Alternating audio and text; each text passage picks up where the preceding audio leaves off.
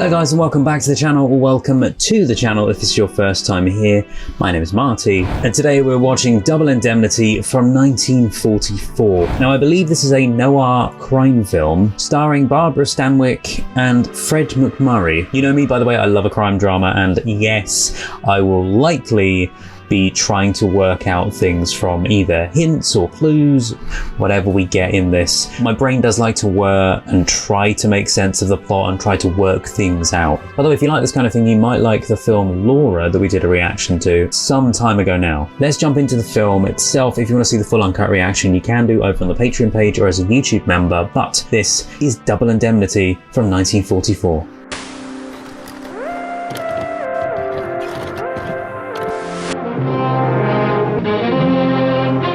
I quite like the background image, that it's just him menacingly coming towards him.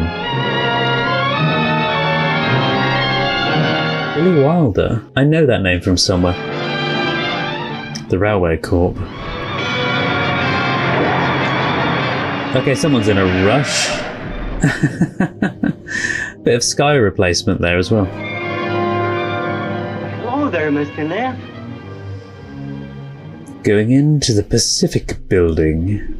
Working pretty late, aren't you, Mr. Neff? He's also hiding his arm under the jacket. How's the insurance business, Mr. Neff? Okay. They wouldn't ever sell me any. 12.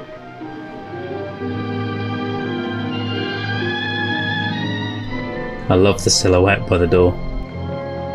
And I've always loved the lighting of, you know, the blinds type lighting. Gunshot to the shoulder? Yeah, that's why he's not moving that arm. Or stabbed. Office memorandum. Walter Neff to Barton Keyes, claims manager. Suppose you'll call this a confession when you hear it. I just want to set you right about something you couldn't see because it was smack up against your nose. You think you're such a hot potato as a claims manager, such a wolf on a phony claim. But let's take a look at that Dietrichson claim. Accident and double indemnity. You said it wasn't an accident. You said it wasn't suicide. 'Twas murder. You said it was murder. Check. You thought you had it cold, didn't you? All wrapped up in tissue paper with pink ribbons around it. It was perfect. Except it wasn't, because you made one mistake. Just one little mistake. What was that? When it came to picking the killer, you picked the wrong guy. You want to know who killed Dietrichson? You did it? Hold tight to that cheap cigar. I killed Dietrichson. Insurance salesman. 35 years old, unmarried. 35? He's my age. I killed him for money and for a woman. Oh, killed for I love. didn't get the money and Didn't get the woman. I didn't get the woman. It all began last May. I'd been out to Glendale to deliver a policy on some dairy trucks. On the way back, I remembered this auto renewal. That place looks so familiar. One of those California Spanish houses everyone was nuts about. So one must have cost somebody about $30,000. And also sad, as of filming this, we've just had the wildfires in LA. It's Mr. Dietrichson I want to talk to. Mr. Dietrichson is not in. What is it, Nettie? Who is it? It's for Mr. Dietrichson. I'm Mrs. Dietrichson. How do you do, Mrs. Dietrichson? I'm indecent. It's about some renewals on the automobiles. I've been trying to contact your husband for the past 2 weeks, but he's never in his office. Is there anything I can do? I hate to think of you having a smashed fender or something while you're not Decent. fully covered. Perhaps I know what you mean, Mr. Neff. Just been taking a sunbath. No pigeons around, I hope. I hate to take up your time, but Oh, that's all right. If you wait till I put something on, I'll be right down. They keep the liquor locked up. it's all right. I'll just carry my own keys. I like that. The living room was still stuffy from last night's cigars. Sunshine coming in through the Venetian blind showed up the dust in the air. On the piano and a couple of fancy frames were Mr. Dietrichson and Lola, his daughter by his first wife. Oh, that's meant to be I was going to say, that's definitely not Barbara. I wasn't a whole lot interested in goldfish right then. He was interested in Thinking Barbara. about that dame upstairs and the way she had looked at me. And I wanted to see her again, close, without that silly staircase between us. Wow, he's just met her and he's already like, hello, in love. 2 F's, like in Philadelphia. You know the story. What story? Philadelphia story. The Philadelphia Story film. Yes, we'd hate to see the policies lapse. It's a honey of an anklet you're wearing, Mr. Dietrichson. Oh, you're looking at my legs? I guess he's been too busy down at Long Beach. Couldn't I catch him at home some evening? He's never home much before 8. Having a new kind of 50% retention feature in the collision coverage. You handle just automobile insurance or all kinds? All kinds. Like life insurance. Accident insurance? Accident insurance? Sure, Mr. Dietrichson. Wish you'd tell me what's engraved on that anklet. Just My my husband. name. Phyllis. I think I like that. To drive it around the block a couple of times. Why don't you drop by tomorrow evening around 8:30? He'll be in then. Ooh. It's quite late. My husband. You were anxious to talk to him. Yeah, I was, but Then I met you. I'm sort of getting over the idea, if you know what I mean. There's a speed limit in this state, Mr. Neff. 45 miles an hour. How fast was I going, officer? I'd say around 90. Suppose you get down off your motorcycle and give me a ticket. Suppose I let you off with a warning. Suppose it doesn't take. I like this little pairing of the... Suppose I have to whack you over the knuckles. Suppose I bust out crying and put my head in your shoulder. Suppose you try putting it on my husband's shoulder. Yep. That tears it. I like that little play on the words. 8:30 tomorrow evening, then. Will you be here, too? Same chair, same perfume, same anklet? Same husband. I wonder if I know what you mean. I wonder if you wonder. She definitely knows her own mind. Remember the smell of honeysuckle all along that street. How could I have known that murder can sometimes smell like honeysuckle? Maybe you would have known, Keys, the minute she mentioned accident insurance. Yeah, that she was going to do off the husband for life insurance with accident insurance. Mr. Keyes wants to see you. He's been yelling for you all afternoon. Is he sore or just frothing at the mouth a little? You're in the jam and you know it. All I want is my money. All you're going to get is the cops. Sam Garlopez from Inglewood. Hey, Sam. My truck burned down. Now look, Garlopez. Oh, it's him. I don't know his name, but I've seen him before. Hundreds of claims come to this desk. Some of them are phonies, because my little man tells me. What little man? The little man in here. The little devil on my shoulder. Yours was one of them, Garlopez. I sent a tow car over to your garage, and they jacked up that burned-out truck. They found what was left of a neat pile of shavings. That he'd done it himself. Wood With shavings. kerosene and dropped a match on. Maybe I made a mistake. Oh, that's one way of putting it. I ain't feeling so good. Sign this and you'll feel fine. It's a waiver on your claim. To say I don't need it at all. But I ain't got no more truck. What's the matter, Garlopez? Don't you know how to open the door? And then, bye-bye. Now pull it toward you. That's the boy. Thank you, Mr. Keyes. Keeping him on the straight and narrow, sort of. The way they'll write anything just to get it down on the sales sheet. I'm the guy that has to sit here up to my neck and phony claims. Okay, turn the record over. Let's hear the other side. Well, I'm trying to pick up after a gang of fast-talking salesmen dumb enough to sell life insurance to a guy who sleeps in the same bed with 4 rattlesnakes. It's not quite as fast as His Girl Friday, but it's getting there a little bit. Conscientious, you're driving yourself crazy. You wouldn't even say today's Tuesday unless you looked at the calendar. Now get out of here before I throw my desk at you. Do you need a How about you light? two? But you never fooled me with your song and dance. Behind the cigar ashes on your vest, you had a heart as big as a house. 'Tis all a front. Back in my office, there was a phone message from Mrs. Dietrichson who wanted me to come Thursday afternoon at 3:30 instead. Before he gets home. I had a lot of stuff lined up for that Thursday afternoon, but I kept thinking about Phyllis Dietrichson and the way that anklet of hers cut into her leg. He is mad about her. Like I said, he's just met her. His dress is nice. I hope you didn't mind my changing the appointment. I'm working on my stamp collection anyway. I think some iced tea. Would you like a glass? Nettie! Oh, about those renewals, Mr. Neff. I talked to my husband about it. Oh, you did? Yes. You did? Yes, he'll renew with you. He told me so. As a matter of fact, I thought he'd be here this afternoon. But he's not. No. Nettie! Oh, I forgot. Today's the maid's day off. How are you so forgetful to not even remember that? Surely you've been there all day. It's 3. You knew that everyone was going to be out. Where'd you pick up this tea drinking? You're not English, are you? Oh, Californian. Born right here in Los Angeles. Is that really a thing that they think that just the British drink tea? I know coffee was a massive thing back then and tea wasn't really introduced too much. I know tea was available. How much commission do you make? 20%. Why? Oh, I thought perhaps I could throw a little more business your way. I was thinking about my husband. I worry a lot about him down in those oil fields. Very dangerous. He's right down there with those drilling crews. Uh-huh. Some dark night a crown block might fall on him? The other day, a casing line snapped and caught the foreman. He's in the hospital with a broken back. Got me jittery just thinking about it. Yeah. Suppose something like that happened to my husband. Don't you think he ought to have accident insurance? Mm-hmm. Yeah, of course. What kind of insurance could he have? Any rate around 50,000 capital sum, Capital sum? What's that? in case he gets killed. He knows. He knows. Maybe I shouldn't have said that. I suppose you have to think of everything in your business. He said as much earlier. Why don't I talk to him about it? He's pretty tough going. Well, they're all tough at first. He doesn't seem to want to listen to anything. Wait, did he supposedly kill the husband for her? Considering the conversation on the phone. How am I that slow to only just get that? The brain isn't 100% today. Coming off the back of having flu, so. Maybe I like the way his thumbs hold up the wool. Anytime his thumbs get tired. Only with me around, you wouldn't have to knit. What if little Rome would get this up on its feet? Don't introduce the alcohol. I want to ask you something, Walter. Could I get an accident policy for him without bothering him at all? That sounds so dodgy. I have a little allowance of my own. I could pay for it, and he needn't know anything about it. Why shouldn't he know? Because he doesn't want accident insurance. He's superstitious about it. A lot of people are. It's funny, isn't it? You also wouldn't want to know if his wife was trying to bump him off. You mean you want him to have the policy without him knowing it? And that means without the insurance company knowing that he doesn't know it. Is there anything wrong with it? No, I think it's lovely. Then if some dark, wet night that crown block did fall on him, What crime, though? can't quite make it on its own. It has to have a little help. The imaginary crown block. Did you hear the cough or sneeze? Quite make it on its own. It has quite make it on its own. It has to. It was the crew. Are you crazy? Not that crazy. Because there's no one else in the house, is there? What's the matter? Look, baby, you can't get away with it. You'd have to say You something. want to knock him off, don't you? It's a horrible thing to say. What'd you think I was, anyway? Guy that walks into a good-looking dame's front parlor and says, "Good afternoon, I sell accident insurance on husbands." You got one that's been around too long, one you'd like to turn into a little hard cash? Just give me a smile and I'll help you collect? He's used to this kind of thing. I think you're rotten. I think you're swell. Like seeking people out, knowing what they want. Get out of here. You bet I'll get out of here, baby. I'll get out of here, but quick.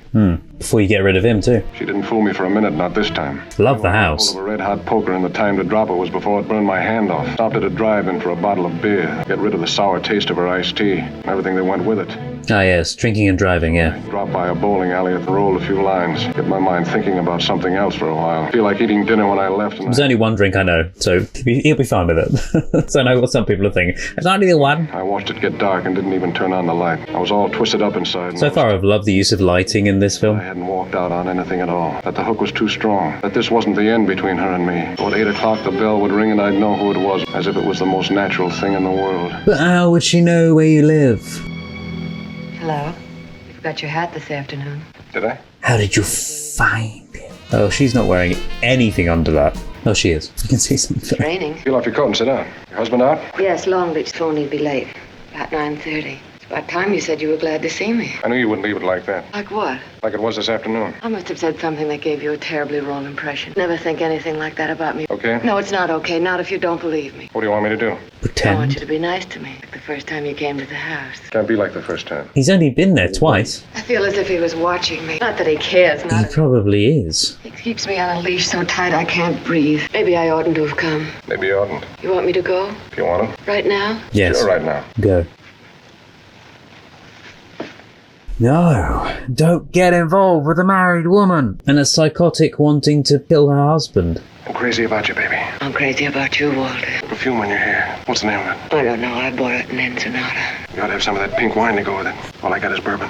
Bourbon is fine, Walter. Get a couple of glasses, will you? Yeah, see, I love the lighting in this shot as well. Backlit, keeps everything in the shadows, just highlights the edge. It's so nice. Just enough light for their face. You know, about 6 months ago, a guy slipped on a cake of soap in his bathtub and knocked himself cold and was drowned.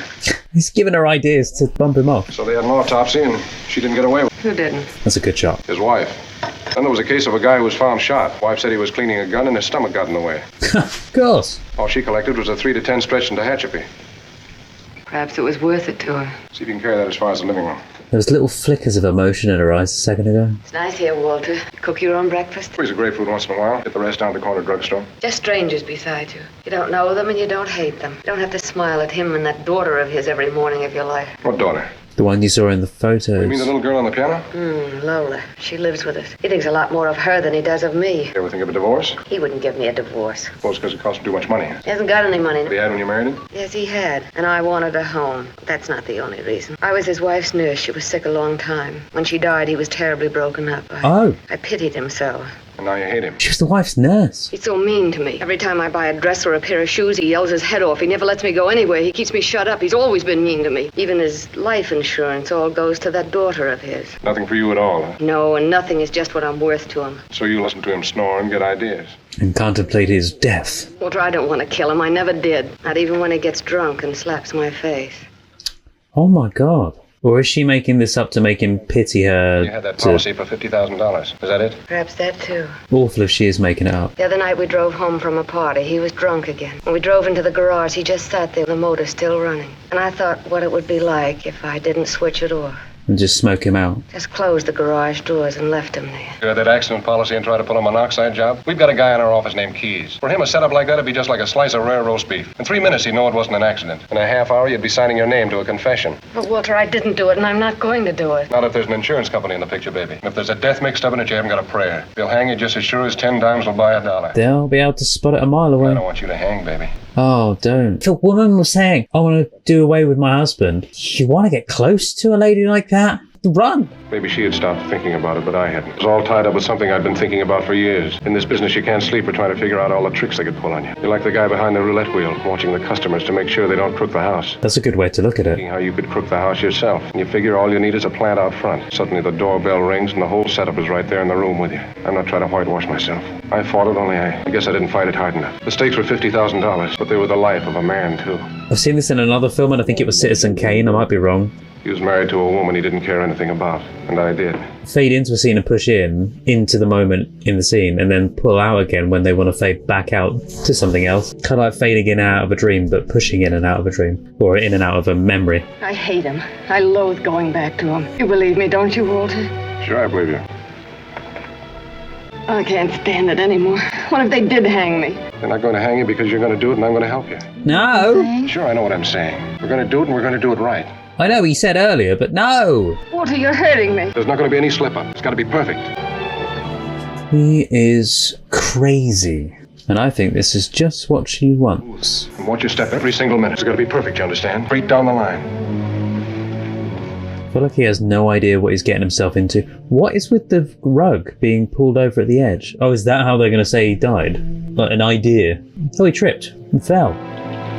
Out of the window.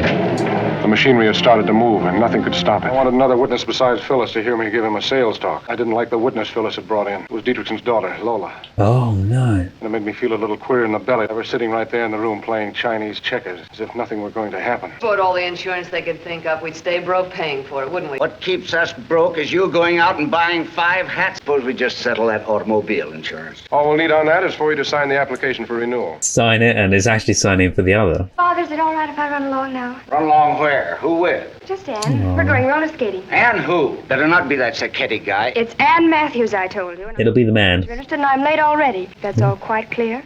Be firm. I'm sorry. Good night, Mr. Neff.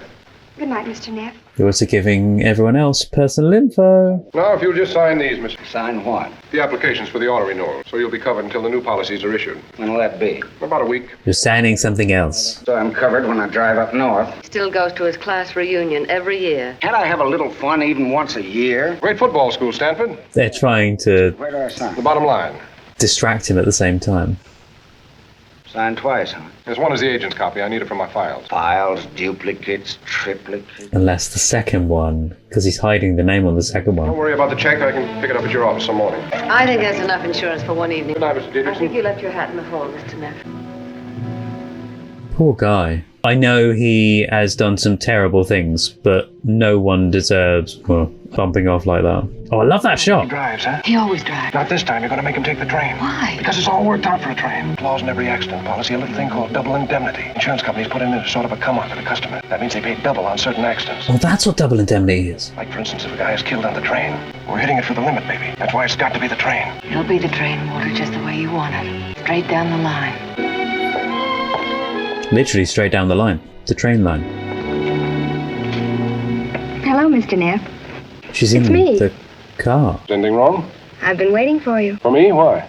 Well, She I thought you could knows. Let me ride with you if you're going my way. Doesn't she? Which way would that be? Well, down the hill. Just getting in his car, You're going roller skating, huh? meeting Take a it guy. Only tonight you're leaving it. Yes, I am. I'm having a very tough time at home. Father doesn't understand me, and Phyllis hates me. That's why I have to lie sometimes. You mean it's not Vermont and Franklin? It's Vermont and Franklin, all right. But for a man. It's Nino Zacchetti. He's just had bad luck. He was doing pre-med at USC and working nights as an usher in a theater downtown. Flunked out, then he lost his job for talking back. So hot-headed. Guess my father thinks nobody's good enough for his daughter. I wish he'd see it my way. People are always protective of their children, but sometimes you just got to let them go, fly the nest, and Nino! it's like, who the hell is that? This is Mr. Neff, Nino. Hello, Nino. The name is Zacchetti. I told him all about us. Why does he have to get told about us? We don't have to worry about Mr. Neff. I'm not doing any worrying. Just don't you broadcast so much. Well, what's the matter with you, Nino? Well, he's a friend. I don't have any friends. If I did, I like to pick them myself. Look, Sonny, she needed a ride, so I brought her along. Is that anything to get tough about? All right, Lola, make up your mind. Are you coming or aren't you? No, just, he's going to be like that. Bye-bye. She seems lovely. It doesn't deserve to be with an absolute twit like that. Sounds like a very similar thing to the mum. She was a nice kid. Maybe he was a little better than he sounded. Right then it gave me a nasty feeling to know what that signature meant. It meant he was a dead pigeon. I already had most of the plan in my head. A lot of details had to be worked out, and she had to know them all by heart. We couldn't let anybody see us together. In the market every morning about 11 o'clock. Could sort of run into her there any day I wanted to. Sort of accidentally on purpose. I like that. Everyone sort of dissipates. I wanted to talk to you ever since yesterday. Let me talk. This looks obvious. Some policy came through. I've got it in my pocket. Made out to the company, so it could be for anything. But you have to send a check for the auto insurance, see? It'll be all right that way because one of the cars is in your name. Come on, you're talking for so long. It's obvious. Can you get in the safe deposit box? Remember, you never saw it. You never even touched it. I'm not a fool. When is he leaving on the train? That's just it. He isn't going. The trip is off. What happened? Oh no. Could you reach me that package of baby food? That one up there? Why, they always put what I want on the top shelf. Oh, I know the feeling. I'm short. But now a lady knows him by sight. What do we do now, Walter? We just wait until he can take the train. Look, we're not going to grab a hammer and do it quick. There are other ways. We're not going to do it other ways. But they can't get double indemnity. What do you suppose would happen if he found out about the accident policy? But not as bad as sitting in that death house. Don't ever talk like that. Don't let's start losing our heads, that's all. It's not our heads, it's our nerve we're losing. Excuse me? Gotta do it right, that's all I said. Come on, not even she knew that they were together. It's so tough without you. It's like a wall between us. I better go, baby. I'm thinking of you every minute. I hate that she's playing him for a fool. Even that look he can... Went by and I didn't see her once. Tried to keep my mind off her and off the whole idea. But maybe those fates they say watch over you had gotten together and broken his leg to give me a way out. If only. He came into my office around 3 in the afternoon. Just came from Norton's office. Semi-annual sales records are out. You're a high man, Walter. Congratulations. Thanks. How's like a cheap drink? How would you like a $50 cut in salary? Do I laugh now or wait till it gets funny? No, I'm serious. What? Too much stuff piling up on my desk. I've got to have an assistant, and I thought of you. I've got a crazy idea. Might be good at the job. That's crazy, all right. I'm a salesman. Yeah. But he said he's going to get a cut in his salary, though, to be it. You're too good to be a salesman. All you guys do is just ring doorbells and dish out a smooth line of monkey talk. What's troubling you is that $50 cut, isn't it? Well, that'll trouble anybody. It's a lot of money. It's the hottest job in the business. Yeah, but it's still a desk job. Just a hard chair to park your pants on, 5 sharp pencils, and scratch pad to make figures on. Maybe a little doodling on the side. To me, a claims man is a surgeon. That desk is an operating table. And those pencils are scalpels and bone chisels. Pick out all the bad bits. They're alive. They're packed with drama, with twisted hopes and crooked dreams. A claims man is a doctor and a bloodhound and a cop and a judge and a jury and a father confessor all in one. Yeah, that's what I was saying earlier. He's like a detective. Has to figure it all out. Wait, there's a name on your phone. Walter Neff speaking. Is it her? I had to call you, Walter. It's very urgent. Don't call. Can I call you back, Margie? No, you can't. I've only got a minute. I can't wait. Listen, he's going tonight on the train. Yeah, but you're calling him at work from the shop. But He's on crutches. The doctor says he can go if he's careful. It's wonderful, Walter, just the way you wanted it on a train. Only with the crutches, it makes it much better, doesn't it? yeah, because he could fool with those. Suppose I join you in your office. That's all right, I'll wait. Only tell her not to take all day.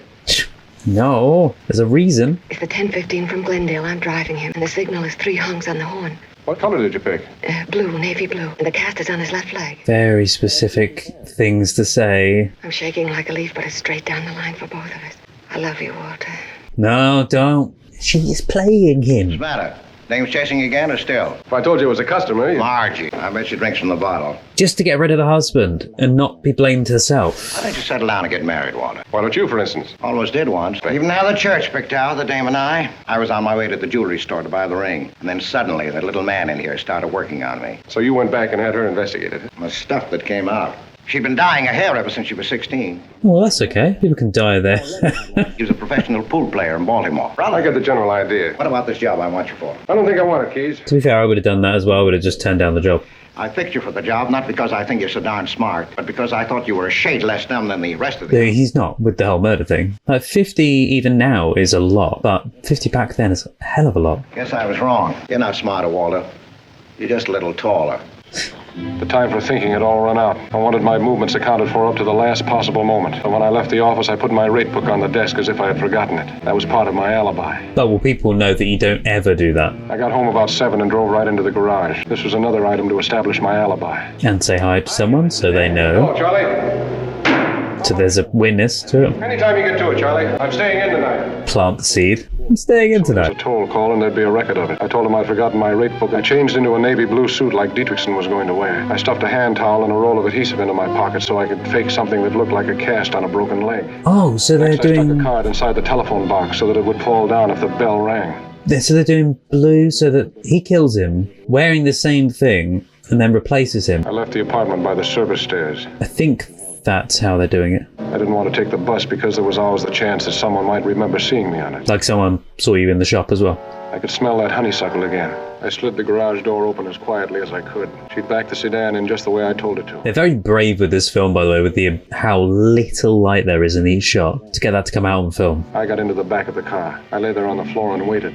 Lots of people never lock the doors Yeah, I'm all right. in their I'll have the cars. car out in a second.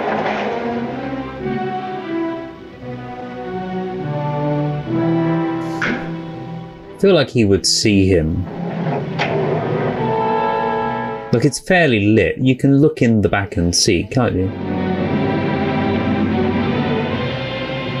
Remember what the doctor said. If you get careless, you might end up with a shorter leg. I could break the other one, match him up again. Makes you feel pretty good to get away from me, doesn't it? I'll be back Monday at the latest. It would do you both good, I think, if he wasn't going to die. Yeah, the dark road. This is not the right street. What are you doing that for? Just like that, he commits murder for a dame. A lady. I will say this though, he is very clever with how he's worked all the little details out. He deals with this kind of stuff on a daily basis. You take care of the red cap and the conductor. Tell him I don't want to be helped. I said don't worry, Walter. When you get to the refinery, turn off the highway onto the dirt road. 0.8 of a mile to the dump beside the tracks. I remember everything. I'll drop off as close to the spot as I can. Car 9, Section 11, just my husband. Car 9. There you go, she's hiding his face, yeah. Thank you, my husband doesn't like to be helped. Oh, he took a good look. Here's the tickets. Take good care of yourself with that leg. Yeah, you take it easy driving home. His face is in the light. Thank you. Going back to the observation car for a smoke. Are you just gonna fall out of the door? Oh, that guy sitting there. I've seen him before. You, going far? Palo Alto. My name's Jackson. I'm going all the way to Medford. Oh, great. That darn cast itches something fierce, doesn't it? I thought I'd go crazy with mine. Head back in, go. You a Stanford man? I used to be. Bet you left something behind. Oh, God. Guess I left it in my overcoat back in the section. Care to roll yourself a cigarette, mister? Dietrichson, I really prefer a cigar. Well, I could get you cigars. There'll be details like, oh, he said he likes cigars. He never liked cigars. Well, it's not too much trouble. Car 9, Section 11. Car 9, Section 11. Yeah, because is this the bit where he's supposedly going to jump over? Or jump off the train? Yeah. Is that guy going to come back and see? Here, take his hat. Pick up the clutches back in the tracks. Oh, and then they're going to place that on the track.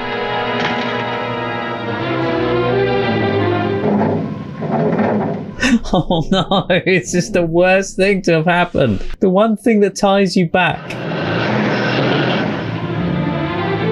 I was afraid she might go to pieces a little, now that we had done it. But she was perfect. Not a tear. Not even a blink of the eyes. Yeah, because she did it on purpose to get you in, I think. What's the matter? Aren't you going to kiss me?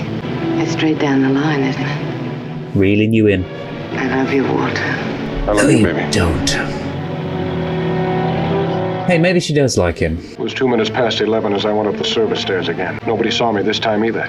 2 minutes past In 11. the apartment, I checked the bell. Cards hadn't moved. No calls, no visitors. And that's clever. Then I changed my clothes again. That left one last thing to do. I had to go down to the garage. I wanted Charlie to see me again. Did he change his clothes back in the car? He did, didn't he? Yeah. Just going up to the drugstore to get something to eat. Stomach's getting a little sore at me. Nothing had been overlooked. There was nothing to give us away. Or was there? Suddenly it came over me that everything would go wrong. It sounds crazy, Keys, but it's true. I couldn't hear my own footsteps.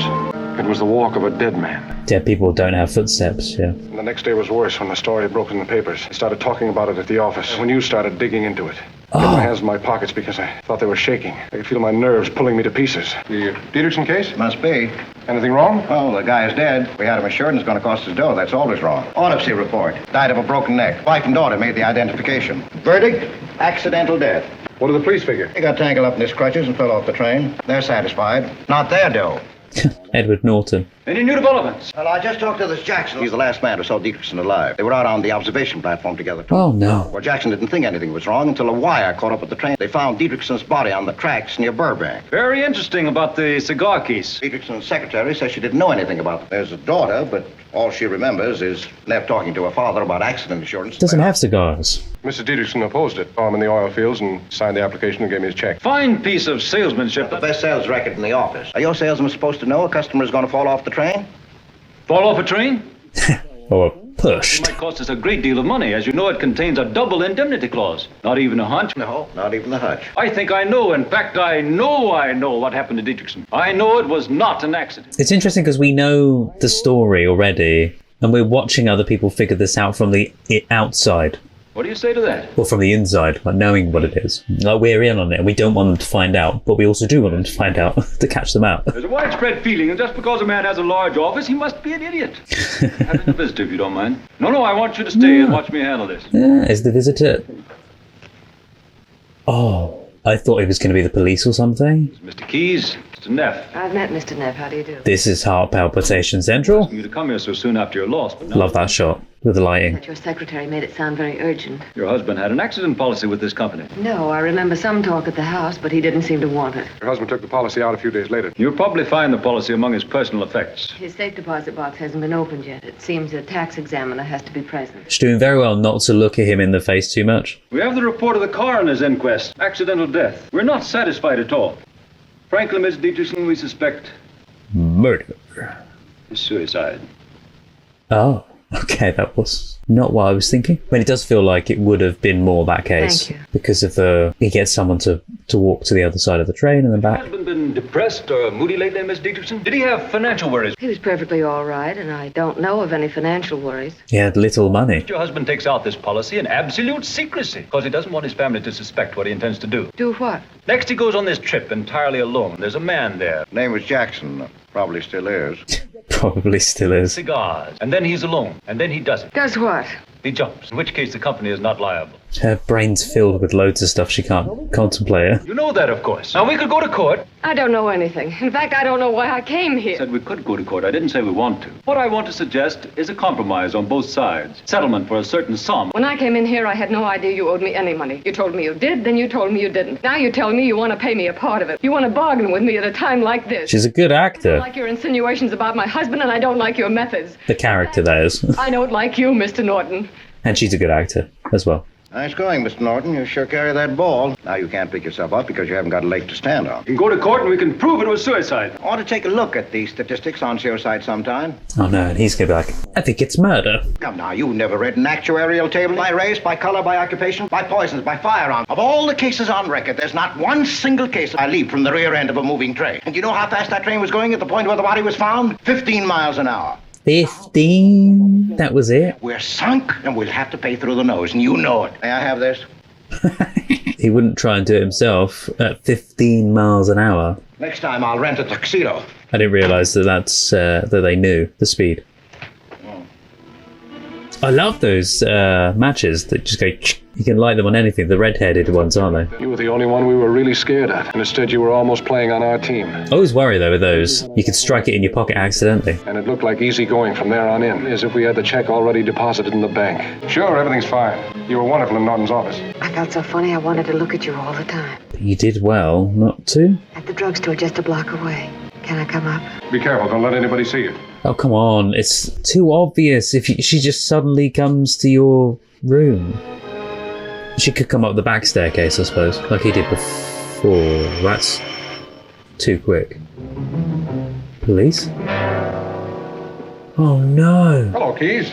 She's just going to go. You can't call her. What's on your mind? The guy had a broken leg. He had accident insurance, didn't he? Yeah. Then he broke his leg, didn't he? So what? And he didn't put in a claim. Why didn't he put in a claim? Why? How are you going to get him to get I out? had dinner 2 hours ago, and he's stuck halfway.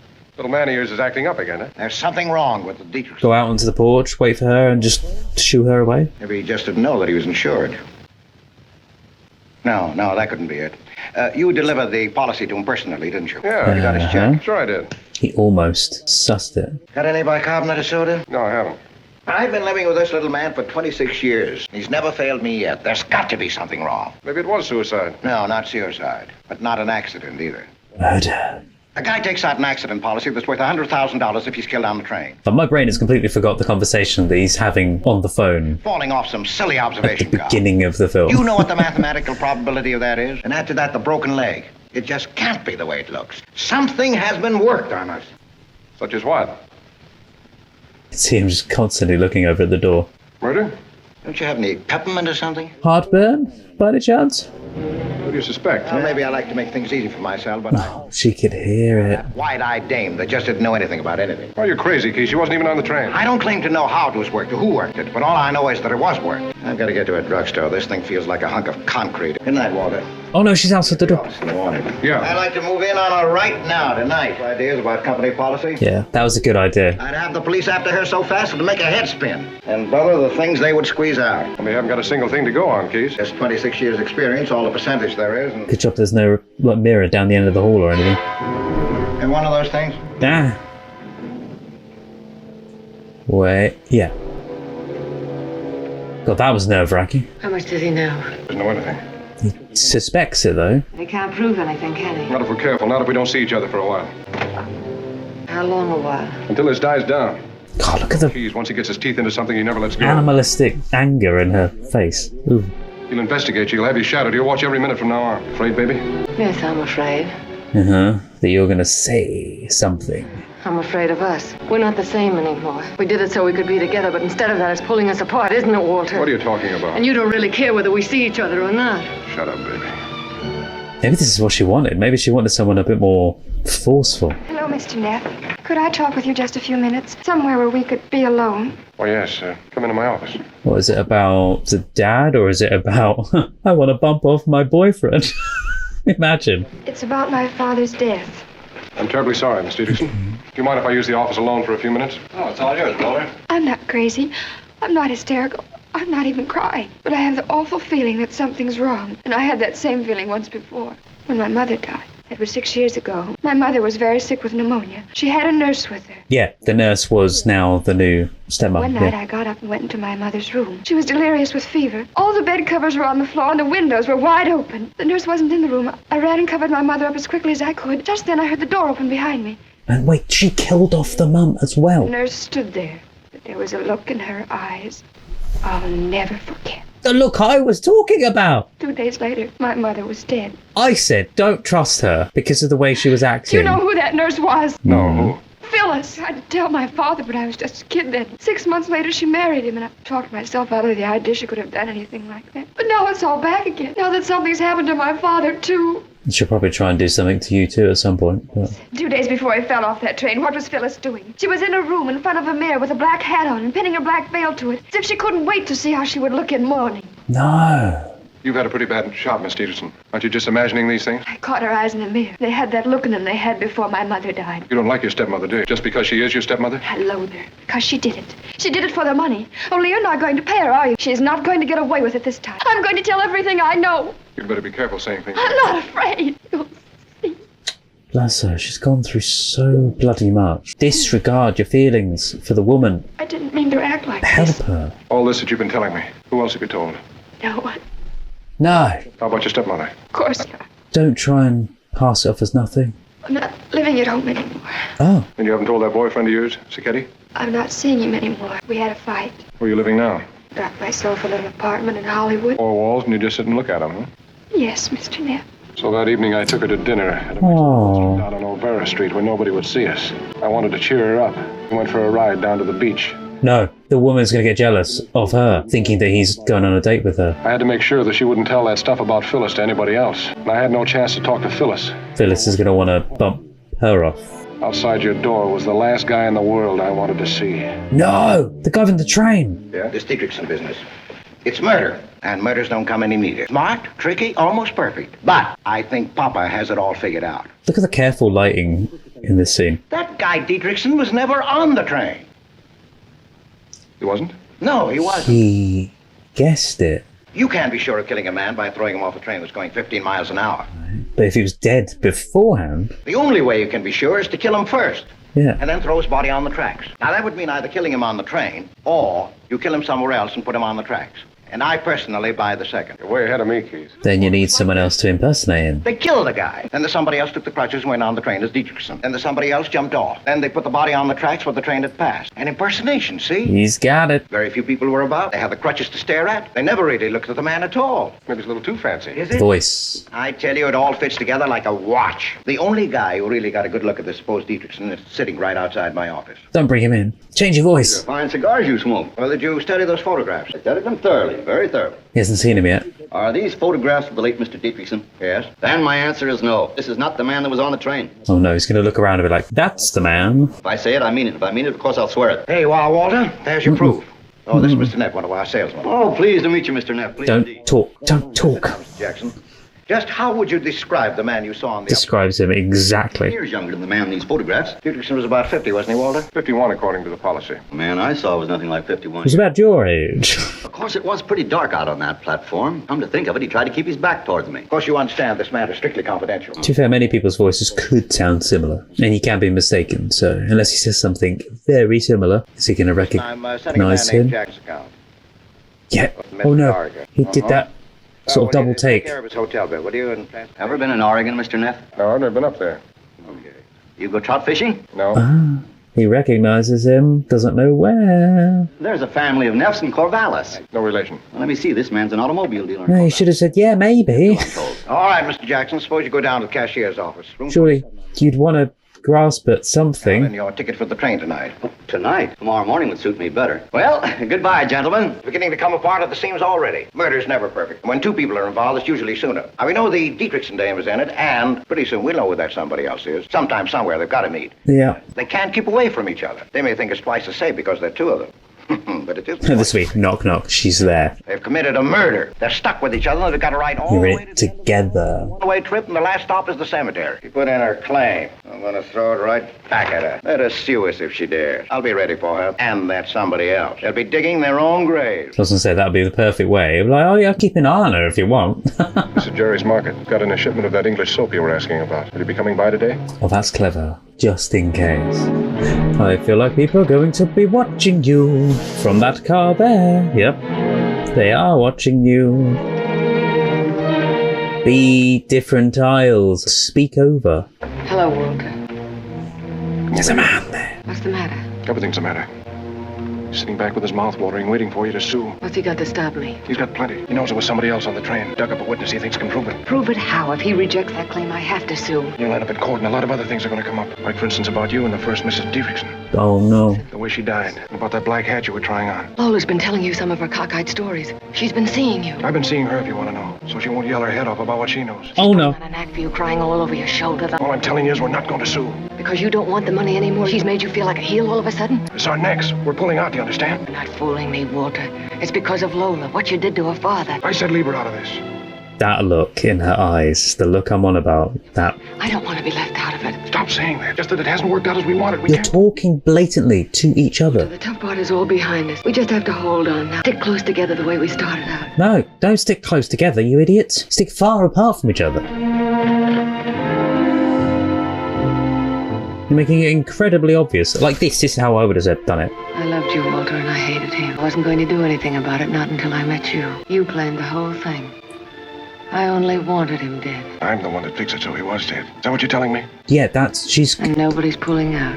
What did I We went say? into this together and we're coming out at the end together. It's straight down the line for both of us. Remember? She is then gonna hook the blame on him and say he was the one that planned it, he's the one that did the murder. Just like I remembered what you had told me, Keys. She'll just twist it. How there was no getting off till the end of the line, where the cemetery was. And then I got to thinking what cemeteries are for. But what happened to his arm, though? They're to put dead people in. I guess that was the first time I ever thought about Phyllis that way. Dead, I mean. Backstabbed, maybe? How it would be if she were dead. I saw Lola 3 or 4 times that week. Oh, this is gonna make all the better. She's definitely gonna think you're having an affair. It was only with her that I could relax and let go a little.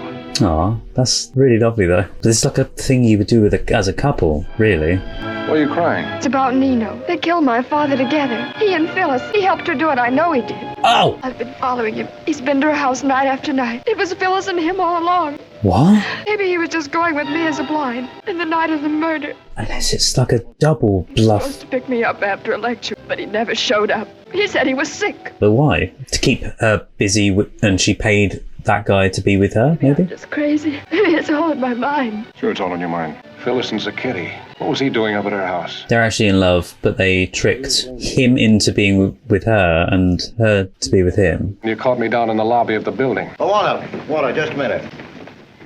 The cigars! That Dietrichson case just busted wide open. Oh no, I thought it was going to be like the same cigars that he was The guy showed, that's how.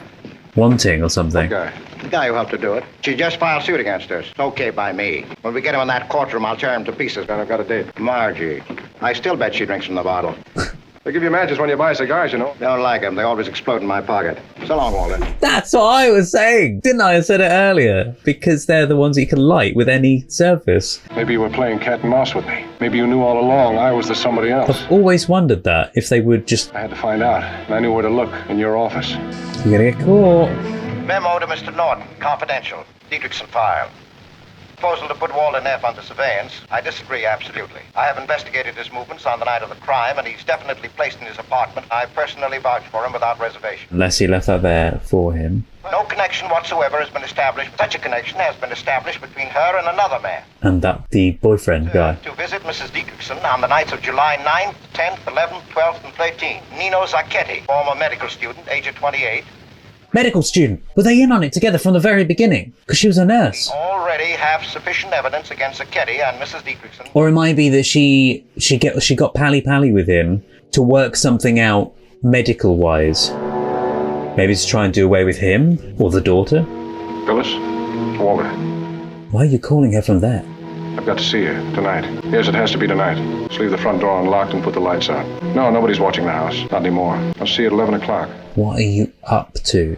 Goodbye, baby. I guess I don't have to tell you what I intended to do at 11 o'clock. That call did not sound suspicious whatsoever. For the first time, I saw a way to get clear of the whole mess I was in. And of Phyllis, too, all at the same time. What I didn't know was that she had plans of her own. Okay. Yeah, I wondered if her plans of her own were to kill him off.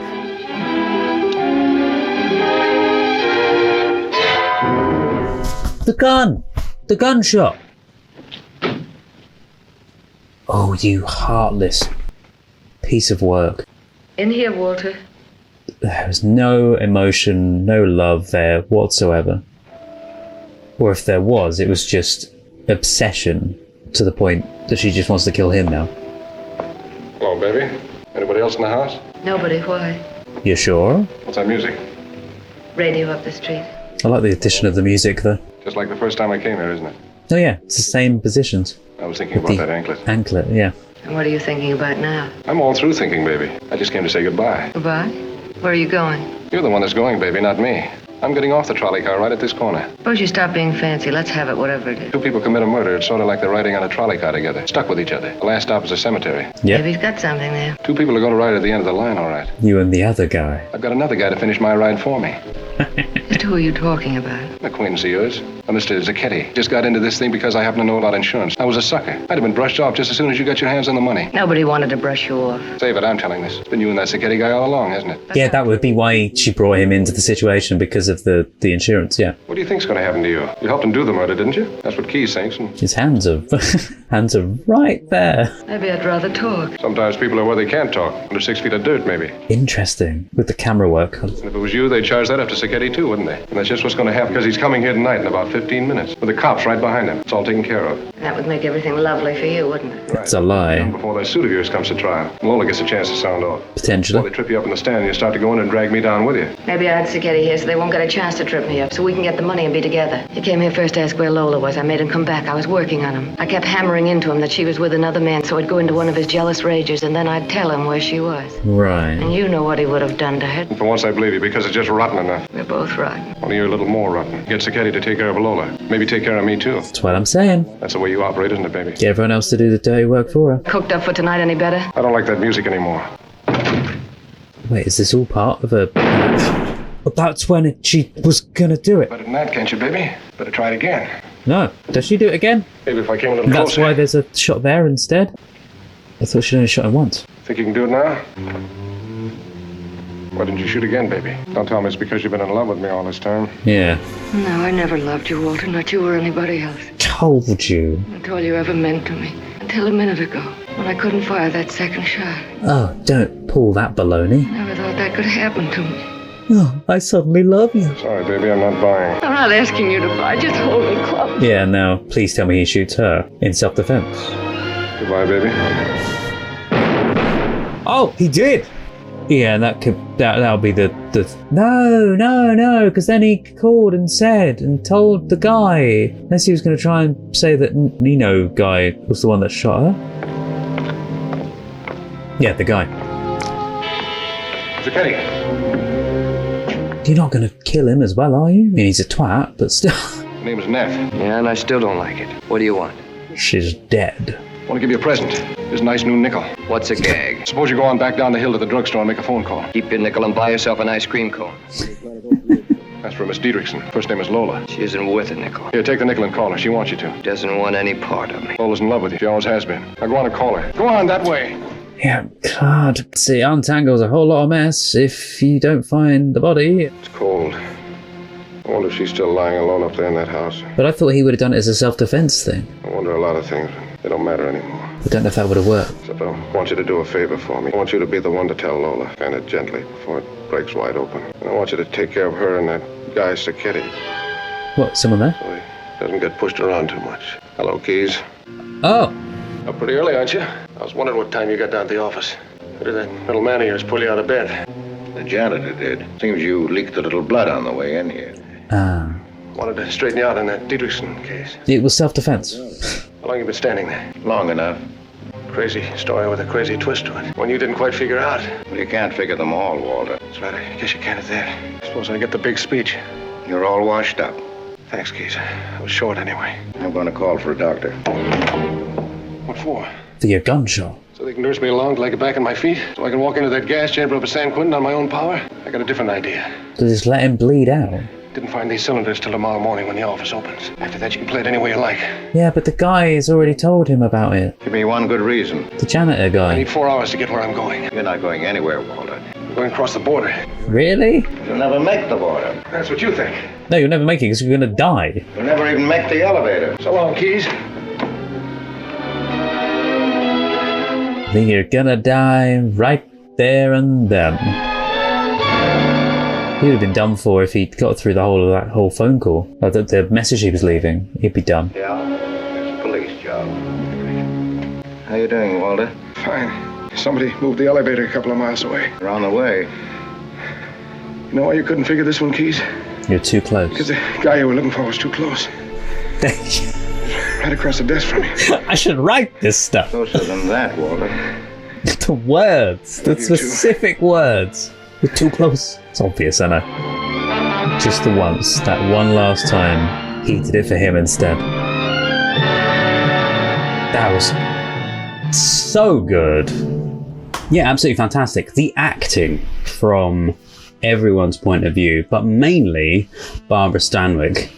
She is incredible. Just the micro little details in her facial acting, but you could just see there was a little flicker every now and then. There was quite literally at one point a flicker in her eyes. It was the moment when they're standing in the kitchen in the dark, backlit from the front room area, and he grabs something and he's talking about the ways that she could kill off the husband, and there's a look in her eyes. She sort of goes like this, she sort of flickers her eyes just a tiny bit, so there's a little almost quiver of her eyes. And then there's a couple of other points as well where she's looking at him. One of the moments most particularly is when she comes to the flat and she has to sneak in after his colleague has been there, and she comes in and she's grabbing hold of his arm, but the look in her eyes, there's just such a murderous intent in the eyes, but also a passive aggressive, I want you to need me, but also I want to kill you at the same time. Do you know what I mean? She didn't love him at all, but there was this passion there to have him feel a certain way about her so that she could get her own way and be in the place that she wanted. Now, from that very end, I genuinely don't know if it was that the boyfriend of the daughter or the boyfriend of the stepdaughter was actually with her. She had tricked him into being this, run alongside me, I'll be with you, you can be my partner, blah, blah, blah. If she kind of tricked him like she did with the investigator guy, which is what I'm thinking. Although I'm not entirely sure, have I been pronouncing Barbara's name correctly? Is it Stanwyck or Stanek? Because for some reason I've got it in my head that somewhere along the lines I heard that it was Stanek. But I'm fairly sure I've been saying Stanwyck this whole time, so I'm going to keep saying it as Stanwyck. Anyway, Barbara Stanwyck's character has kind of lured him in, I think. One huge piece of information, which I'm going to get into in a bit, it's a missing scene that was originally shot. It cost a hell of a lot of money to film as well. Crazy that they just decided just delete the scene. It cost thousands upon thousands of dollars. And I'll explain that in a bit when we get into it. The American public had lost its innocence, and it wanted more adult stories about the way people actually behave. And noir films are the movies that address that. I did genuinely think that they were going to do something different with that death. I didn't think it was going to be the train. I genuinely thought, because of something that happened in the scene where he walks towards the window, the rug has been sort of bunched up. I thought that at some point it was either going to be the guy's death or that there was going to be a reason that he would have to use this other form of accidental death, and that someone would trip up on the carpet, stumble, and fall out of the window, or something along the lines of that. The content of the films really stems from American crime stories of the 1930s and what some people would call hard-boiled fiction. They're stories about common people doing bad things to get what they want. Apparently, Edward G. Robinson, the guy who plays Keyes, was initially reluctant to sign on to the film because he was largely demoted to the third lead of the film. And I get it, because you've got Stanwyck and you've got MacMurray that are the main characters. However, I would say that I think Keyes is as much of a main character, because without him, there wouldn't be a drive there for the characters to hide. And a lot of Barbara Stanwyck's character is that need for not being found out. And like there's a scene which I believe I cut some of the lines that they even needed, but there is a phone call that MacMurray's character has with Barbara Stanwyck's character near the very end, and he is saying to her, I keep telling you, don't worry about Keyes. I don't worry about Keyes. I told you not to worry about Keyes. And to me, that is a huge thing, because she's always inquisitive about what's going on. She needs to know every single detail. And if she doesn't, she gets paranoid. And she is so conniving in this. Not her herself, I don't mean Barbara Stanwyck, I mean her character. In case you guys did not know, this is the first film, and I may have said at the very beginning, but this is the first film I saw Barbara Stanwyck in. That is not the first film that I put out on the channel of Barbara Stanwyck's. Is it the only film I've put out being Christmas in Connecticut? As of filming this, I have now seen this film, Christmas in Connecticut, The Strange Love of Martha Ivers, Remember the Night, I'm trying to remember because that's another Christmas film as well. But I think it's funny that this is the first film I've seen of hers, but it's not the first film I put out on the channel. So I love her acting, I love her drive. Her in The Strange Love of Martha Ivers and this film are two of my favourites that she has been in. This one specifically, when I saw her in this, as you can probably tell by my reactions to her acting in this and her intense passion behind her eyes, like that genuine killer energy that she has behind her eyes, just floored me. Going from Christmas in Connecticut to this, two different people. It's entirely different. When I saw her in Christmas in Connecticut, so much different to what I'd expected, because I'd seen her in this first and I just expected her to be very intense, and I was like, how is she going to be in a Christmas film? Because she's so striking. She didn't feel like a Christmas character, if that made sense. From the first, Wilder and Systrom agreed that their best choice for Phyllis Dietrichson was Barbara Stanwyck. In my opinion, the greatest Hollywood actress of all time. I mean, she did everything. Light comedy, she could be sexy, she could be a ball breaker, everything. Stanwyck nailed it. Wilder absolutely loved her. She'd always played strong female characters. Significantly in the script that Wilder wrote, Ball of Fire, where she's a stripper. So Wilder didn't have any doubts that she could play this part. At the time, she was the highest paid Hollywood actress. In fact, the highest paid, I believe, woman in America. Big star. So getting her, even though she was a Paramount contract player, was not easy. Stanwyck didn't want to do it either originally. It's like, man, this is going to kill my career. I can't play a murderess. a murderess? And she looked at Billy and she said, well, and he said, look, are you an actress or are you a mouse? That did it. She signed on right away. So I know you guys are gonna say this in the comments already. The Lady Eve. I have had so many comments asking me about that film, but I promise you at some point we will get around to watching The Lady Eve. The funniest thing is, right, with Barbara Stanwyck, I think I've been calling her Barbara Stanwyck again, and am I right in thinking it's Barbara Stanwyck? I can't remember now how to pronounce her name. I'm just gonna call her Barbara. It's probably easier. But then if I say that, it's gonna sound like Barbara Streisand. Oh, Titanic, I've still yet to watch that, but that is on my watch list. The 1953 version, not A Night to Remember, which is funny because she's in Remember the Night, which does get confusing because that's nothing to do with the Titanic. Having now seen both of those, I'm like, which one am I talking about? The crazy ending is just, like, I didn't expect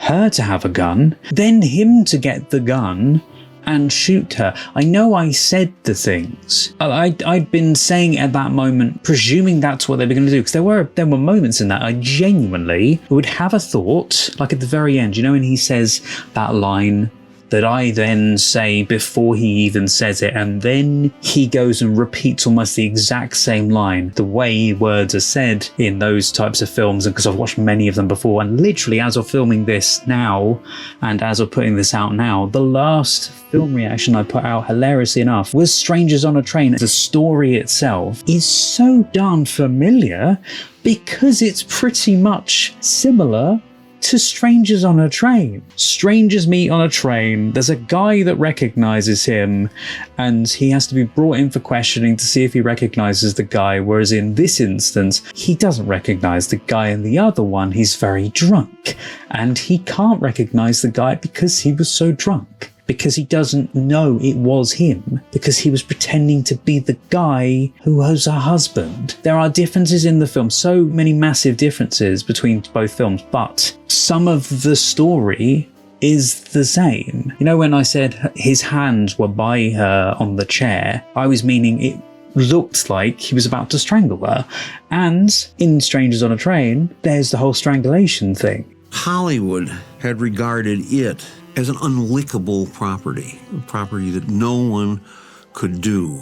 And I think that was for Wilder the challenge, if he could lick the unlickable story. He wanted to be the preeminent director in Hollywood.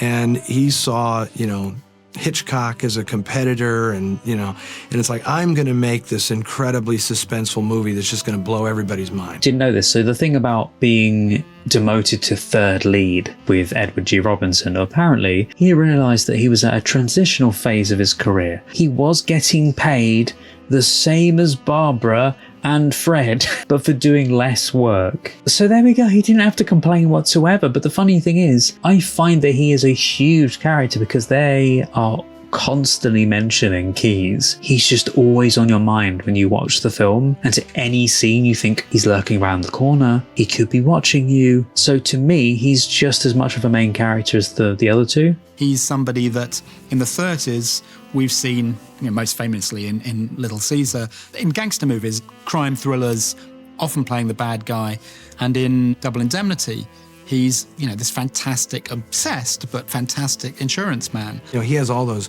incredibly long speeches in the movie, and he would nail them every time flawlessly. Another interesting thing I think about the Edward G. Robinson character of Keyes is that I really think it represents Billy Wilder in the film. Billy Wilder is about that same size. Billy Wilder is the type of funny character. There was a lot of shots in there that, one, really established the scene that we were in and what was going on around them, and two, there were great shots in there that had absolutely amazing composition. One of the shots, for example, would be where they're standing in the boss's office and our main character is standing with his back partially facing his partner with this gorgeous blind style lighting in the room. I can never remember what that's actually called, but it's the style of lighting where it looks like there's a blind over the light. And there's some interesting ways I've seen them actually make that style of lighting. But yeah, that shot was so well done for a two-shot It was really well composed, with the lighting to the placement of the characters. The script writing for this, the dialogue is phenomenal. I had no idea just how many details were kept in the dialogue that ran little trickles throughout the film from different elements that they had said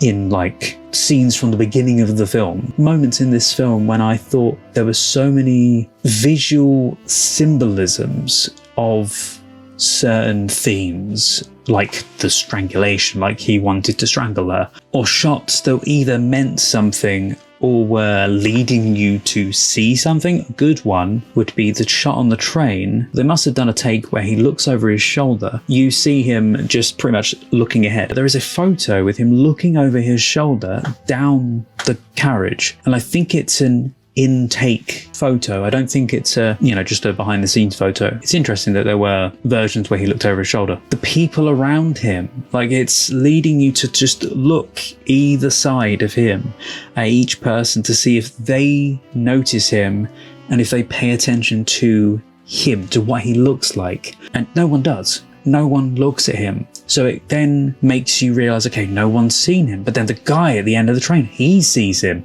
So he is the witness that sees him. Other than the guy outside the train, which they don't ever say anything, he noticed him. I know they see him in shadow. No one would know the guy. And it's just funny to me how it was the guy on the train and not the conductor guy that they ever, interview or anything. But maybe they did. Maybe it was just a part of the story. But it was quite funny that there was that little moment in there. Oh, there was the other conductor guy as well, who sees him.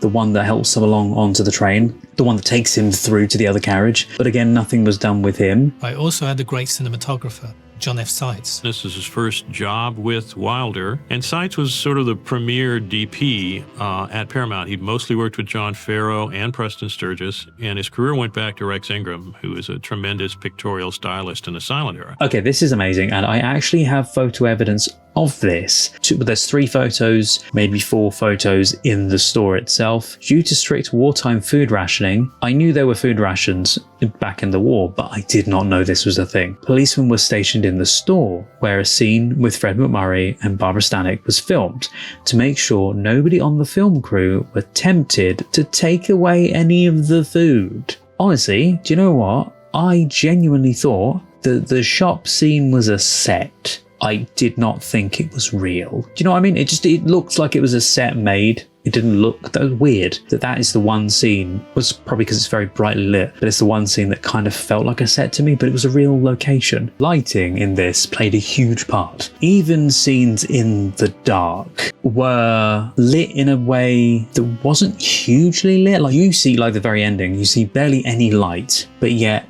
you can depict details. They were skirting on the edge and they just dropped down the exposure of the cameras, like they shot at different speeds. But cameras back then had to take a lot more light in to be able to get any kind of light on film itself. So they would have had to have lighting on set to even get what they got. But for what they got, it was so minimal, and there were times when it was pretty much just pitch black. The garage scene, there was a light in the window behind them. The only other light there was the light on the door itself, just so you could see that there was a door there. There are extraordinary scenes in Double Indemnity where he's really pushing the envelope of how much darkness in the frame you can get away with. And they're very unusual, and to have such long sequences of almost pitch black. And that's the essence of what a lot of noir is about. Wilder's concept of showing the really dark, rotten, gloomy interiors hidden behind this sunny Southern California facade is absolutely brilliant. Got a fun fact, by the way, about the house. So the house Barbara Stanwyck's character is situated in the film is not where it's situated in real life. In real life, that house sits on Quebec Drive. During the filming process, when I watched this, it was obviously January last year. But January last year, if you weren't aware, was when all the fires were going on in LA. Well, the house I thought was in the area where the fire was. Technically, it was within the area itself, but it wasn't hit by the fires. Not even the real or the a fake location. The place where it's supposed to be situated was just on the very outskirts. This is by me just doing a bit of Googling. I did tons of research the other night trying to find out specifically where this house was, along with maps of the fire, to see if I could figure out if the house had been hit or not. That was it, Beechwood Canyon. So it's in Quebec Drive, but it's depicted as being Glendale in the film. The huge piece of information that I have been wanting to tell you since finding this out, and it's about the very ending. I didn't know this when I watched it because I watched it blind. I didn't know anything about the story. I also did not know that this is technically based on a real event. Yeah, we'll get into that. But the main thing I want to say about the ending was, did you know that there was another ending that they had filmed? It wasn't just that they had an idea for an ending, and that ending was apparently would originally have Walter go to a gas chamber. And it wasn't like they were going to film in a real gas chamber. It wasn't that was forbidden for cinema goers to see, but it was actually what the real life people, this is where it kind of, I need to probably say both things in one thing. The real life people, they had done a pact together and they want to end their lives, okay? Does that make sense? Yeah. But the code of production, you can't put that to film. Or at least in those days, you could not put that to film. MGM bought the rights to the book, but it just languished because, oh, what timing? 1934, exactly when the Hays Code came into effect. And there was a big self-policing crackdown on what was acceptable on American movie screens. Cinema was much more policed than Pulp Fiction, and so they couldn't actually make it.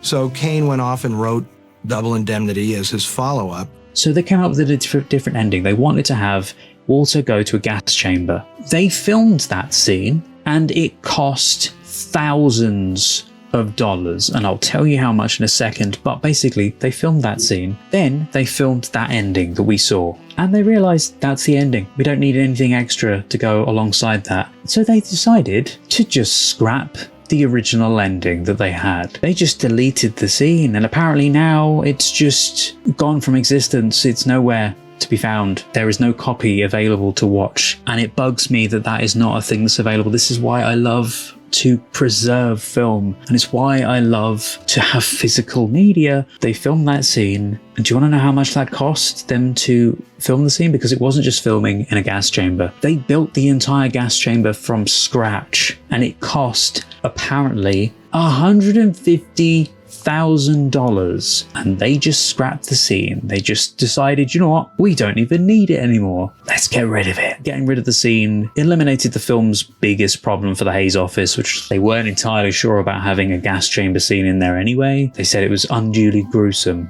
Having lost that scene made it all the better. Double Indemnity was based on the 1935 novel written by James M. Cain, based on a real-life murder. In 1927, a New York woman, Ruth Snyder, managed to persuade her lover, Judd Gray, to kill her husband after he takes out an insurance policy on his life with a double indemnity clause. They set up the room as if a robbery had taken place, but were unsuccessful.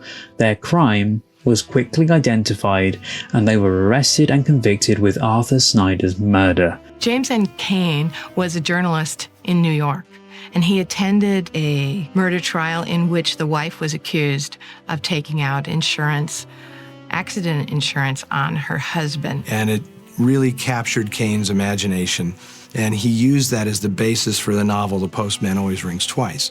Nobody had actually written a novel quite like that. So hard-hitting, so direct, so sexually frank. Then the image of Ruth's execution in the electric chair at Sing Sing was splashed all over the front pages, declaring Ruthless Ruth. I've heard that name before. Yeah, it declared that she was dead. It's been called apparently the most famous news photo of the 1920s. I won't be showing that. I'm going to try and give you some rough idea of what the original script apparently says. Keyes watches as Neff is brought into the gas chamber. The original script continues.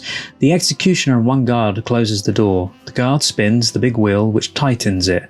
The wheel at first turns very quickly. Then, as it tightens, the guard uses considerable force to seal the chamber tight. The guard steps out of the shot. The gas chamber is now sealed. Although the viewer would not have seen Neff undergo the agony of death, the camera took in all of the horrific preliminaries. The script then describes the final shot of Keyes leaving the prison in these words: "Suddenly he stops, with a look of horror on his face. When he has almost reached the door, the guard stationed there throws it wide and a blaze of sunlight comes in from the prison yard outside. Keyes slowly walks out into the sunshine, stiffly, his head bent, a forlorn and lonely man." And then I think that's then when the script would supposedly end. Apparently Wilder agreed to suppress the scene, apparently under pressure from both the studio and the Breen office, which is Hollywood's censors themselves, which insisted that the gas chamber sequence was unduly gruesome, as I mentioned before. Wilder later justified his decision on the ground that the scene was completely unnecessary. It was completely unneeded. I don't think they would have even have to go ahead with making that scene in the first place. I know they originally hadn't planned the actual ending itself to be the ending. I think that really steps over the line when it goes from being a great piece of cinema to then just being utterly horrific. That goes a little bit too far. Okay, this is something I did not realize. I thought that they were making reference to the ankle bracelet because it was like an attraction thing. They were just kind of paying attention to her legs and feet, but I didn't think it was for this specific reason that it was about. Much attention is paid to her ankle bracelet, her anklet, because it's an urban legend that states that a married woman wears an anklet on her right ankle, which indicates that she is married but available to other men. I didn't know that that was a supposed urban legend. This is as much of a film noir as you can possibly think of, with the storyline and with the look of it and the sound of it. Like even the wording used. Just certain phrases, like a lot of the terms that Neff's character would use were just very noir-esque lines. The one-liners that he would churn out. That's where I find this is a very, very big film noir film and I love it. MacMurray is credited with saying, "I'm a saxophone player and I do comic stuff with Claudette Colbert. I am not the right guy for this." He was under contract negotiations at Paramount, and he didn't particularly like the production chief. And when he was offered the role, although he really didn't want it, he accepted because he knew the production chief didn't like Billy Wilder. However, the production chief also didn't particularly care for MacMurray and figured if he took that role, it would hurt his career, MacMurray's career. So he said, okay. MacMurray was a little shocked, like, oh my God, what have I gotten myself into, you know?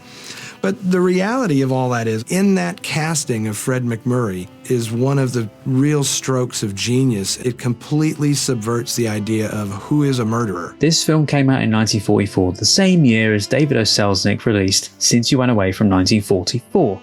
Part of the campaign for the latter film were major ads that declared, "Since You Went Away are the most important words in movies since Gone with the Wind," which apparently Selznick also produced, which is a fun fact that I have actually seen Gone with the Wind, but not for the channel. Yeah, Billy Wilder apparently hated the ads and decided to counter those by personally buying his own trade paper ads which read, "Double indemnity are the two most important words in movies since Broken Blossoms," which apparently refers to the 1919 D.W. Griffith classic. Selznick was not amused and even considered legal action against Wilder. Oh my God, there's an even better addition to this, which is so funny. I've just realised the previous film I'm talking about earlier was Strangers on a Train, right? That was a Hitchcock film. Alfred Hitchcock had a rocky relationship with Selznick and then apparently took out his own ads which read, "The two most important words in movies today are Billy Wilder."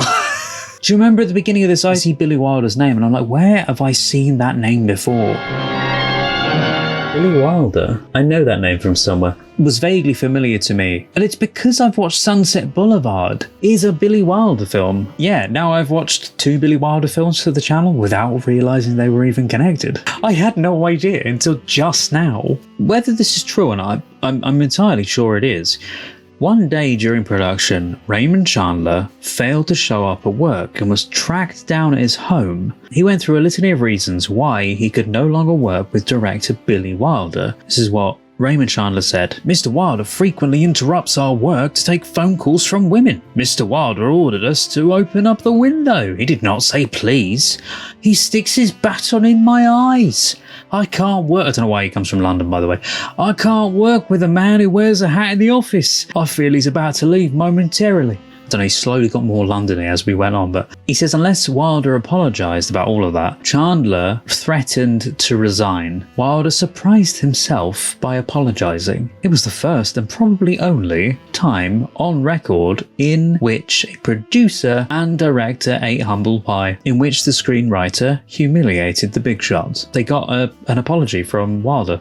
He objected to Wilder wearing his hat while they were working in the office because he said he felt like he was going to momentarily leave. Wilder was always checking out to go to the bathroom, and Chandler thought he had some urinary tract problem or something, and it was just like, I can only spend like 15 minutes at a time in the room with this guy. But to Wilder's credit, I mean, he wasn't going to quit. He knew that Chandler had a gift for language and that this was going to show itself in the dialogue in the movie, because Cain's dialogue looks good on the page, but does not read well. It says here, Fred MacMurray's reputation at the time was for playing nice guys, and he didn't feel he was up to the challenge of taking on this, bad guy. It turns bad for a woman. But it says dogged persistence on Billy Wilder's part eventually wore him down. Oh, one thing, by the way, I think it's a brilliant storytelling technique to have Neff speak his lines into the machine that he does. I think it's a dictaphone, I might be wrong, but it's like a version of a dictaphone. But to speak his lines into that, like a voiceover narration. Heavily dependent on that voiceover narration, which is where Chandler really scores. The first person narrated movie rests on one dynamic. It is the story of the person reciting the one great event of their life, the one big adventure of their life. Absolutely genius to take the ending, tell us what happens at the very end. This is one of the earliest depictions I think I've seen of this happen, where we know the ending already and we're then rewound back through, but we know the outcome at the very end. We know that he's killed Dietrichson. And so this is the weirdest thing, like throughout this film, you know what happens at the end, but it's not finding out the killer. It's seeing that play out with you knowing, like the scene in the office, about them both being a part of this murder, but yet the other two characters in the room don't know. You know what's going on in their head anytime anything has been said to them. It's like being inside the killer's mind. It's fantastic for that, and I think that's what makes this film stand out to me. Stories for pulp magazines are constantly doing is putting the audience on the side of the killer, on the side of the criminal. On viewing the film's dailies, production head Buddy G. De Silva remarks of Barbara Stanwyck's blonde wig, saying, "We hired Barbara, but yeah, here we get George Washington." I don't think her wig looks bad, and I don't think it looks like George Washington either. Like, I knew it probably was, but it's just, weirdly, this film, it kind of fits because she's this very fake woman. Does that make sense? Like, a lot of her personality is fake, puts herself across as this very kind, very loving towards her lovers, towards the people that she likes, but she's so condescending, manipulative. There are many words that you could say. Apparently the wig was the idea of Billy Wilder himself, but a month into shooting, apparently Wilder then realised how bad it looked, but it was then too late to reshoot the earlier scenes. So, to rationalise the mistake, in later interviews, Wilder claimed that the bad-looking wig was intentional.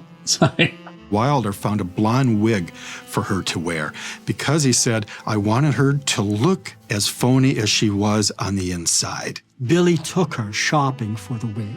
She said it was a cheap wig. He said, "You're supposed to look cheap. You're a cheap woman." Wilder wanted her to look sleazy. And at the same time, a studio head saw it and said, "We hired Barbara Stanwyck and we got George Washington." And everybody thinks there's a magic answer. It's her wig. Fix the wig, it'll be fine. And there are people to this day who think, wow, if only there wasn't the wig, But I think it was the right choice. I said the dialogue in this was so superbly written. I had wondered if it was part of the book's writing that had then been translated into the film itself. But apparently they had originally intended for that to happen. However, they first realized that the dialogue from the novella would not translate well to the screen. So Wilder disagreed and was annoyed that Chandler was not putting more of it into the actual script for the film. To settle it, Wilder then hired a couple of contract players from the studio to read passages of Cain's original dialogue aloud. To Wilder's astonishment, Chandler was right, and, in the end, the movie's cynical and provocative dialogue was more Chandler and Wilder than it was Cain. Completely different personalities. Billy was very outgoing and funny, and Chandler was much more of a guy who looked inward. Wilder would walk around the office because he sort of had to pace sometimes as he was thinking about scenes, and he had this Malacca can that he'd switch around, and he'd do all sorts of things that irritated Chandler. Where she'll even have said something previously or trying to put him into doing the murder, but then afterwards being like, it was your idea though. It was you that did it. And I know what she's trying to do. She's trying to put the blame onto him to make him think that it was his idea. But she's gaslighting. She's trying to do it in a way that forces it to be him. Constantly a game of cat and mouse between them both. And she's just tugging at him the entire film, just pulling that string. There was one scene, and I think I've kept it in the edit, where jokingly, she's doing something, and I think that was it. I think she's on the sofa with him and she's saying words to him, and I'm just doing this, like reeling him in. She's just manipulating him and basically making him a puppet to her world, like she's done with other people in the past, and she seems to do with every man that she comes in contact with. You see that murderous intent look that I was talking to you about, which is hilarious, by the way. A couple of scenes later, the daughter then says about that look that she was the carer for the husband's ex-wife. But I don't think it's ever known that she's the nurse in the story until the point where the girl says it to MacMurray's character. So I just presumed it was the woman, but she plays it incredibly well. The best known story, I think, about the shooting was the scene of starting the car. If you read the book Double Indemnity, they just leave the crime scene. It's just like, bang, done, we're out of here. It's 3 sentences. The story is that Wilder went to lunch at Nicodell's, which is just off the lot, and as he was sitting there thinking, wait a minute, there's a better way, ran to the phone, called and said, don't strike the set, and went back and shot the version in which the car won't start. Wilder, I think very much a disciple of Hitchcock in some ways, said, we're going to draw this out. And the motor grinds and grinds and grinds, and the audience has to think, boy, if the car won't start, these guys are going to get caught. And he's got Fred MacMurray doing this, and MacMurray's like, damn it, Billy, it won't hold. You know, the audience is just going to get bored. And he says, trust me. The character Walter Neff was originally named Walter Ness, but director-writer Billy Wilder found out that there was actually a man living in Beverly Hills named Walter Ness, and coincidentally was also a salesman for insurance. Yeah. To avoid being sued for defamation of character, they then changed the name. In the novel as well, the name is Walter Huff, and Dietrichson is Nerdlinger. At least I think I've pronounced that correctly. So when Double Indemnity was first published in 1935, offers of up to $25,000 were tendered, but nothing came of it at the time because the Hayes office considered the novel unsuitable for filming. James M Cain was then ultimately offered $15,000 by Paramount, which is a whole $10,000 less than what he was originally offered, but he was to get half on signing and the other half if the script was approved by the Hayes office. Huge thanks to them for cutting that very last scene, because then it definitely got approved. So funny that this is actually a thing. But I made mention that at the very beginning of this video, I added in an effect of the lighting with the smoke. They actually did similar in the film itself. They didn't add it in, but they obviously filmed it with it. But they added silver dust, which was mixed with some subtle smoke effects to create the illusion of waning sunlight in Phyllis Dietrichson's house. When Neff goes into the Dietrichson home at the beginning, you can see the motes of dust in the light, which sites got by putting aluminium filings into the air. You see Venetian blinds giving a layering effect, almost like bars. Prison bars, things that are trapping the characters. This is very eerie because as of this Christmas just gone, I actually watched 2 of these films for Christmas that I haven't put them out on the channel yet, but they are available as uncuts. You can check them out if you wanted to. I potentially will get them both out this Christmas. The film was nominated for 7 Academy Awards, but lost out to Going My Way from 1944. Billy Wilder was so seriously annoyed at Leo McCarey's sweep that when McCarey's name was called for Best Director, Wilder stuck his foot out into the aisle, tripping McCarey up. Wilder got his revenge the following year when The Lost Weekend won 4 Oscars. Not seen it, but McCarey's The Bells of St. Mary's then only picked up 1. But yeah, they are linked in some ways to one another. So if you do like those films, I do have them as uncuts, and hopefully I'll get a chance to bring them to the channel at some point. But again, they are Christmas films, so that's going to likely be at Christmas time. So, do you know what? I never even thought of this. Neff's door opens the wrong way around into the hallway of the apartment building. Apparently this is a classic example of like what they used to do this a lot in films if they needed to do shots a certain way. But yeah, Neff's door was installed backwards. Barbara is behind the door, isn't she? When she's hiding? I never even thought about that when I was watching the film. Doors open inwards into an apartment, don't they? They don't open outwards. What Billy constantly did with double entendre dialogue and little suggested things that got past the censor, but that got right to the hearts and minds of the audience. I know where I've seen her before. Lola, in this, was played by Jean Heather. And obviously when I'd seen this film, I hadn't seen her before in anything. Since then, I then watched her in Going My Way, which came out the same year as this. It's also funny that I knew I had seen him in something else, and that's the guy who played the husband, Mr. Dietrichson. It's Tom Powers, and he was invited to Hollywood for the role, and it was his first film role since 1917, and his start to a second film career. Tom Powers was also in The Time of Your Life, obviously a load of other films, but The Time of Your Life I've watched here on the channel, which I haven't put it out yet. It is available as an uncut. It's one of the many. Fred MacMurray's character, Walter Neff, speaks into the dictaphone saying that the date is July 16th. That is Barbara Stanwyck's birthday. I presume they've done that on purpose. This is something I didn't even notice. Fred MacMurray wears his wedding ring throughout the production. Even though Walter Neff was a bachelor, all of them could have worn a wedding ring for all I knew, and I would not have noticed. Again, I think a thing that I did not even realise, alongside like the date and stuff like that being mentioned, that the film took place in 1938. This was shot between September 27th, 43 and November 24th, 1943. Sort of 8 weeks of actual time. And yet, if you think about the very fastidious way that this is constructed, you know, almost like a jigsaw puzzle, isn't it? Piece by piece. Okay, one little quick last fact I have to say. This isn't necessarily a film fact itself, but it's more a little tidbit of information that you may not have noticed and I didn't even notice. And it's not even a reference to the film, but it's quite funny that it's mentioned. Lola waits for Walter to leave the house and she wants a ride. And she says, "Going my way?" Well, I thought you could let me ride with you if you're going my way.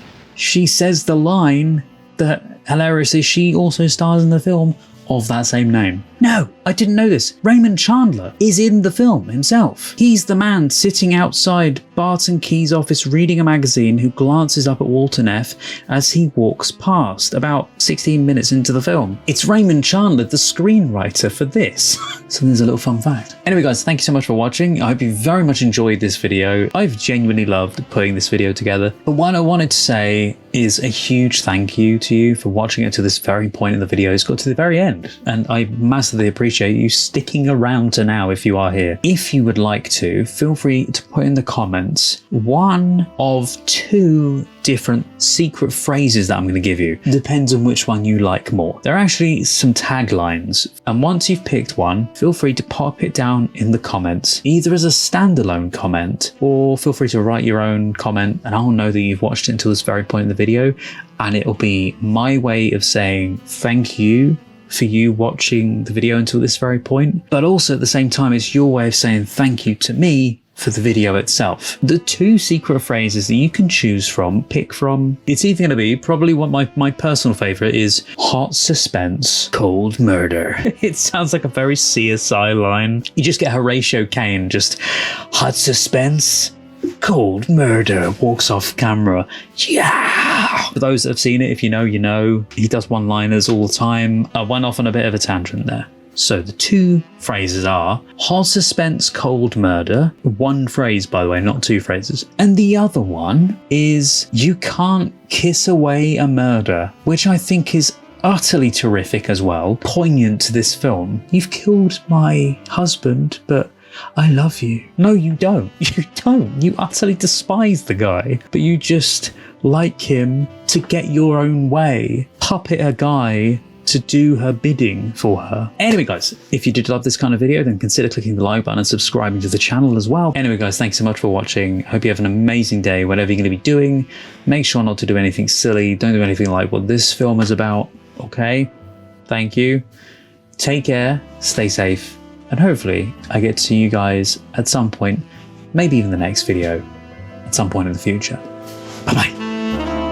If you're still here to the very end, then thank you so much, and also a huge thank you to my wonderful patrons. Roger C. Griffith, Douglas Collier, Terry V, Miggy Love, Chris Holmes, Jojo, Thomas Masters, Shoehorn1234, Res, Patrick Durr, Andrew Blount, Carlos, Marla Mize, Rob, Chandra Blair, Scott, Paul Zawicki, Randy, Kirsten, Juan Pablo Camero, JL, Maggie, Freya Alexandra, Milo, Miranda, Edna, Gina Aman, Tess Avaland, Olivia, Maria Stoicheva, Neno, Megan Janoviak, Rainy Tomo, Strawberry Tree, Kirsten Bailey, Boobly Boo, Louise Vanderhoven, Aubrey Terry, Wraithist, Heidi Steele, City D, Bumblebee, Joshua, Jesse, Rena Burra, Meat, Lolita Verbakovskia, Eli, Holly Jeffries, Alenka Hafner, HM Garth, Chloe Grover, Neb, Kyle Baker, Abby Barker, Tom Tattershall, Kristen Olds, Tilly Chum, Laura Hutchison, Tara M. Wilcoxon, Sazzy Nation, Ferdinand Pitchard, Jim McKay, Sphere, Mel Days, Fran in the Pen, BG, Tara, Rags and Muffins, Nameless Human Being, Deb, Philippa Chapman, Emily, Panda, David Wayne Fox, Jessica Asakovich, Sue Pro, Naja in Workshop, Mike Tunnicliffe, Wolfgang Wolf, Lee, Harvey, Ankame, Aninya, Evan G, Violet Aurora, Pamela Chandler Rash, Scott Howard, Joshua, Robert Williams, Steve Webster, Amanda, Lipaz, Jamie Dodds, King, Happy Go Lucky, Caitlin, Analytical Guy, Maria Torres, Cliff Adams, Jonathan, Dirk, Annie Bonds, Crystal Appleby, Scorpius, Monica Murphy, Sebastian St-Ange, Varga, Leslie McKittrick, Nick Stark, Number 1 Carez, Jen, Biff McKeldin, Birgit, Stephanie Collins, Emily, Ken Duncan, Max, Helena Klitsch, Amy Quattlebaum, Ry Levi, Wayne DeFries, JJ, Mikhail Augustine Reed, Malcolm Hope, Lee Hallam, Bill Waite, Charlie Elkin, Mika Least, Jeffrey Welton,